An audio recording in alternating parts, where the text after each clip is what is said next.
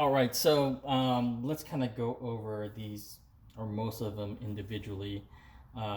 This is my recent batch of Tomica that came from Japan. Thanks to my friends that got me some of these. Anyways, let's get started.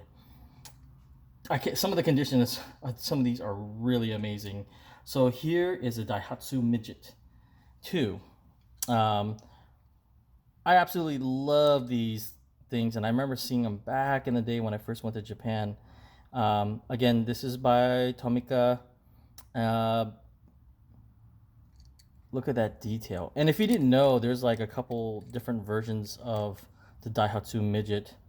There's like this truck version, and I think there's also like one with a back hatch or like a back cover.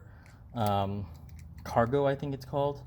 But anyways, really cool Daihatsu Midget 2 by Tomica.